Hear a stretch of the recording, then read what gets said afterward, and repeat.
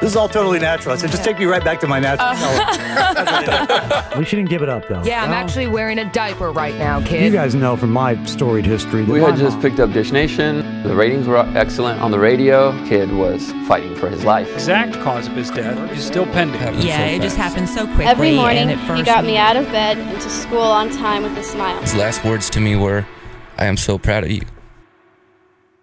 We put all their names in a bowl. We're going to draw them out one at a time and act them out. All right, let's go. I love games.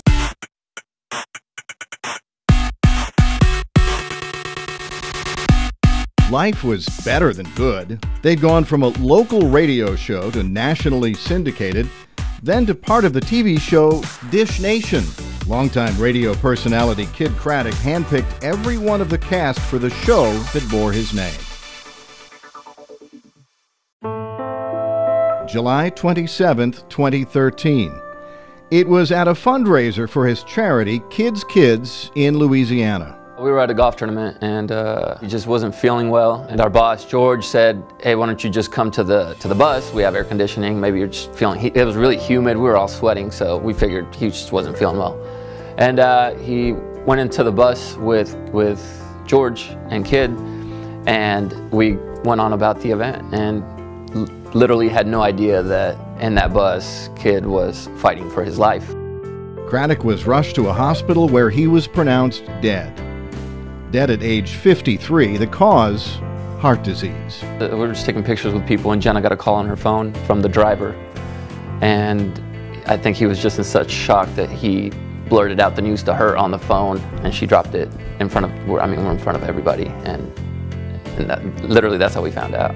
His radio family said goodbye at the hospital. There were tears. Then, reality sank in. It was like a flash. It was just quick flashes in my mind. It was like flashes of how when we met, flashes of the coaching he was doing with me, the times we spent together, hanging out, and then it was just like a quick flash of my career's over. Like this might be done. Like our show might not be able to continue. This is Kid Craddock. The name of the show is Kid Craddock Morning Show. And my wife was pregnant, and all these thoughts are going through your head where I'm like, what am I gonna do? Like, what's his daughter gonna do? What are Kelly and Al gonna do, and Jenna? All these things start flooding into your mind, and you don't know how to process them. You want to cry, but you can't, and then you start crying, and you can't stop crying. It's like it's like this orgy of emotions going on in your head, and you don't know how to handle it. And you know, that first week or two, we were all just nervous wrecks and emotional wrecks, so it was really tough. It's kind of cool because people always tell us, like, I feel like you're my best friend because I know you, but you don't know me. And we all kind of think, well, you guys were really our best friends during that time because you continued to listen and support us. They went through it with us because this has never happened. We're the It's drawn us closer. Yeah. Us as a group and us with listeners. The audience, yeah. Longtime fans of the show were in shock. They leaned on the remaining cast to carry them through it. They showed up outside the show studios to mourn together. Words failed them. Their tears said it all. These were people who grew up listening to Kid and Kelly and Al and Jenna and JC, and now that first generation had children also listening to the show. A morning ritual at home, on the way to work, and on the way to school. Every single first day of school, that's my favorite thing about Kid was when he would read the little poem about you. I really hate that. Oh, she cries when she thinks about it. I love it. And then he played Butterfly Kisses. Yes! Oh, Kelly, you're breaking my heart. I love that. It was that kind of memory that drew thousands to a celebration of Kid Craddock's life at Victory Park. His favorite performers kept their promise, showed up at a charity event. The thing that was most evident was just the love for his charity, and you always know because, you know, he was always involved, but I think the amount of influence he had on people was, I just had no idea because, you know, to me he was my dad. It was at the Victory Park event that listeners heard a bold and frankly unlikely promise. The show would go on. The crowd cheered. It was something that, to the knowledge of old hands in the radio business, had never been done before. But would it work? They would all soon find out. What was he to you, career-wise and personally? Like a big brother, because the kid was a young kid at heart. So I view him as one of my best friends.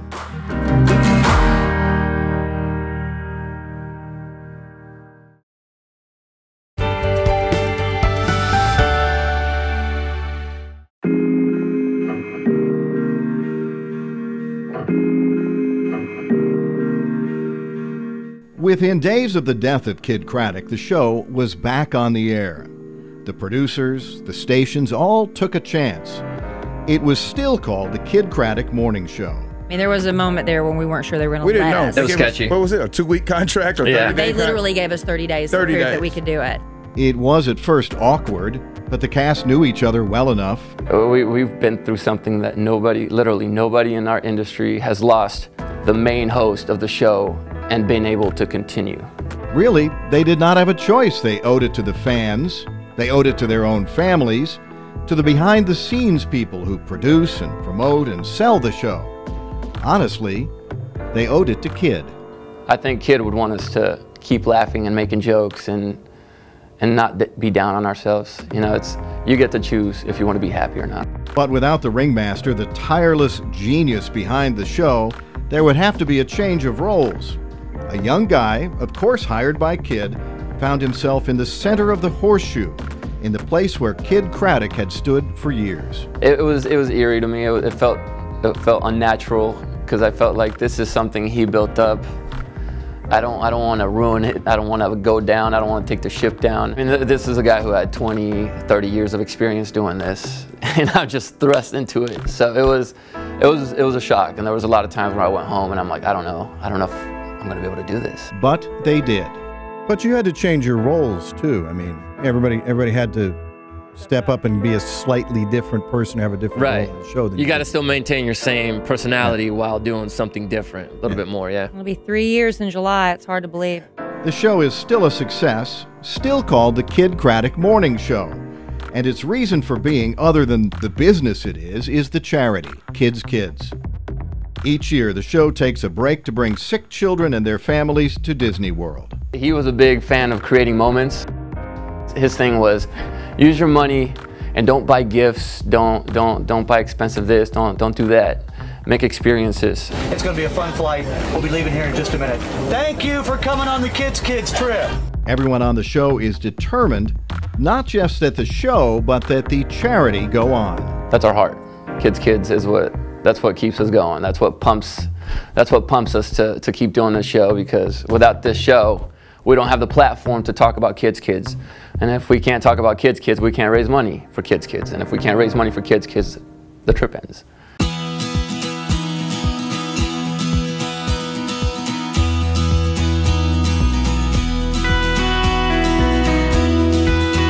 Three years later, life is sweet again.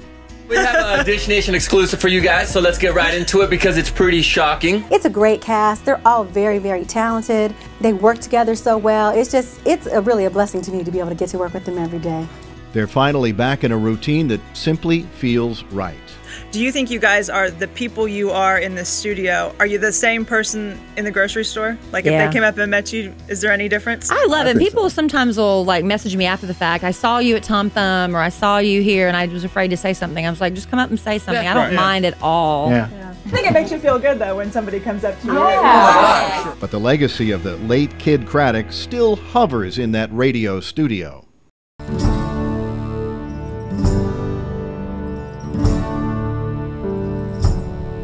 What was he to you, career-wise and personally? Everything. He's the person that pulled me out of that hole that I was in. You know, we all strive to be something. We just need that one person to give you that hand and reach out for you and pull you up. And he gave me a shot. He was that one person that believed in me. He believed in a lot of people over the years, from young musicians like Tim Halperin and the Jonas Brothers to the cast he handpicked and treated like his family. But more than anything, those who know him say he would want to be remembered by the lives he changed, creating those moments and those memories with kids and their families. That trip is truly a life-changing trip. You hear it 10, 15 years out from families, from kids that are still going strong now adults graduating from high school, that they tell you that gave me the strength to fight. I think he would absolutely be proud, to the point where he'd have a tear in his eye to see that we were able to pull it out.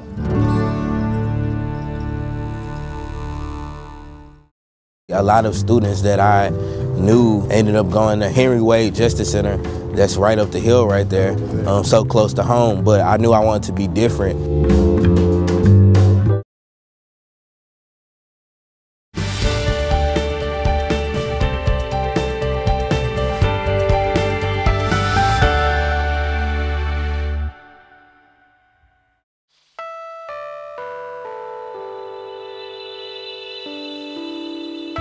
You didn't see a lot of examples here in West Dallas. The drug dealers, the prostitutes. They had Bloods, they had Crips. And I literally almost gave up. I understand how it feels to struggle. I could beat the odds that were set against me. Because of his determination, it inspired me. He knew he was on a journey.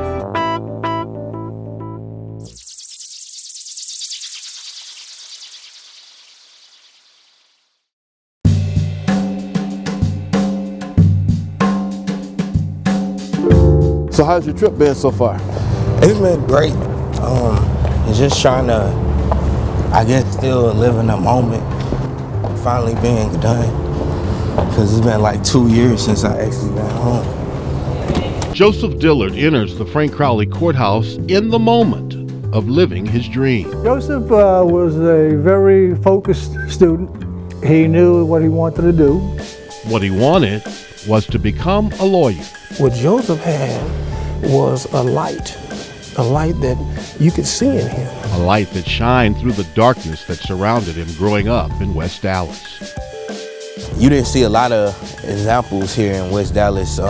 We had a few, but there weren't really many male role models. All we saw when I first moved to West Dallas was gangs, drugs, and violence. And growing up, you had a lot of males, predominantly a lot of students that I knew, males specifically, ended up going to Henry Wade Justice Center.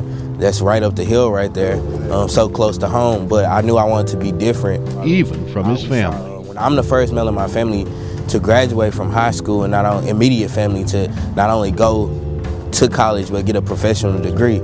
I didn't come from the perfect family, but I believe that God allowed people to come into my life as a surrogate family, and it was a village that took on a child that had a dream.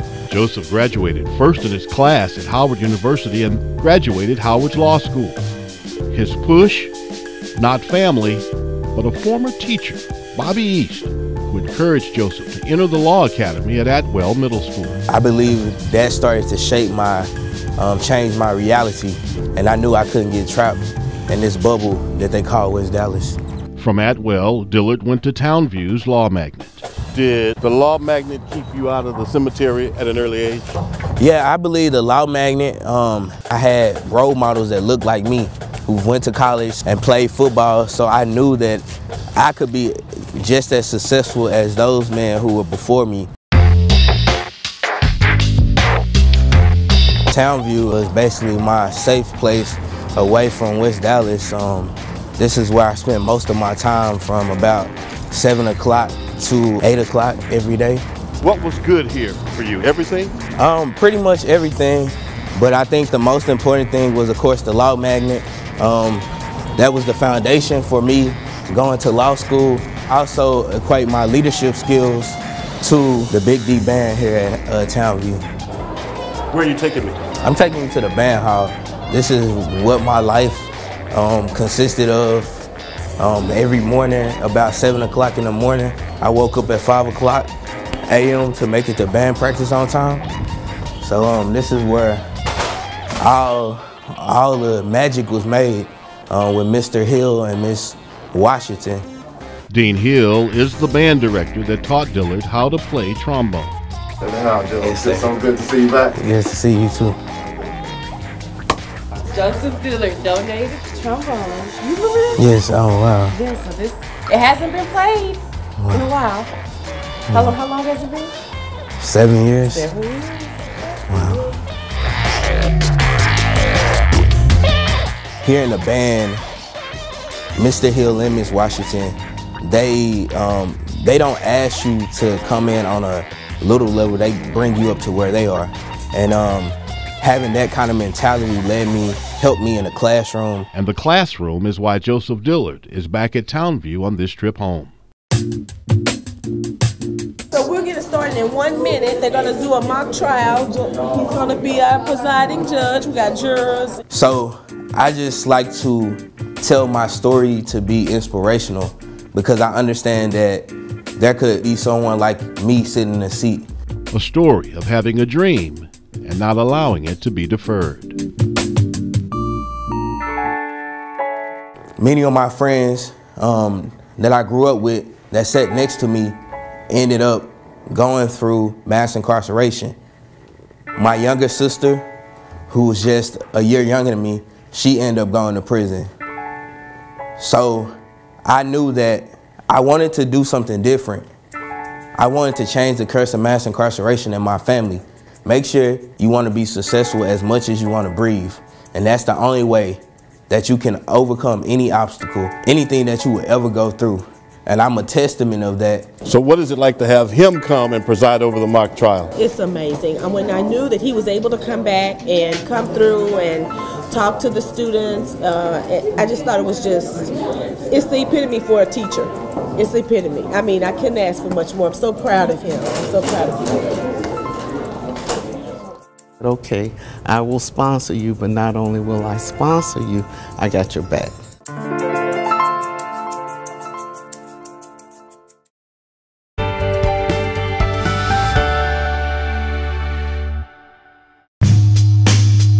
Joseph Dillard dreamed of walking into the Frank Crowley Courthouse as an attorney long before he knew how he would get to Howard University. Kids have supported families, they have kids with trust funds, they have kids whose families can help them financially. Joseph didn't have that. What Joseph had was a light that you could see in him. One of those who saw his light, attorney Anthony Lyons. He began leading Joseph and more. Just bringing me into his office, having conversations with me, taking me out to eat, having a mentor type of relationship. I think that's what's fundamental, is that he allowed me to just sit under his feet. Throughout my whole process, when I went into financial struggles, Attorney Lyons was always there. See, that's my story. I understand how it feels to struggle.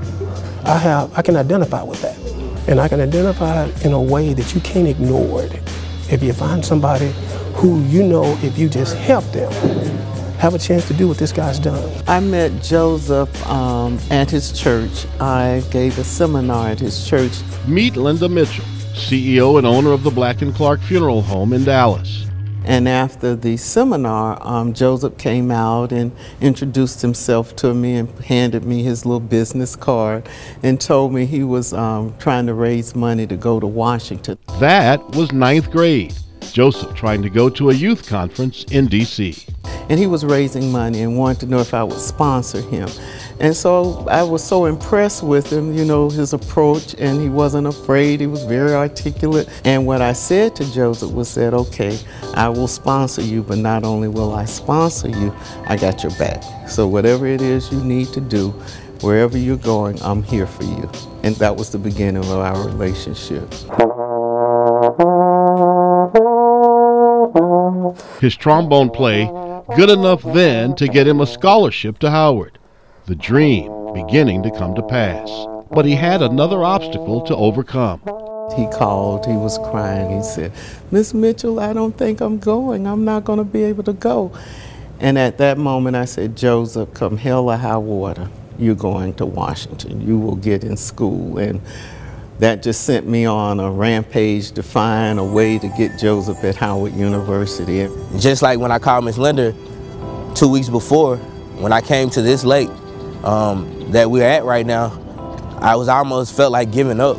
But Mitchell began working on the airfare and calling everyone she could. Linda Mitchell at Black & Clark tells me she contacted you about Joseph when she was trying to figure out how to get him to Howard. She really contacted my wife, and my wife stepped up, wonderfully. Pastor Haynes tells me the more he and his wife heard about Joseph, the more impressed and determined they were to help him. Tupac Shakur had this poem called "A Rose Out of Concrete." Joseph Dillard embodies that rose out of concrete concept.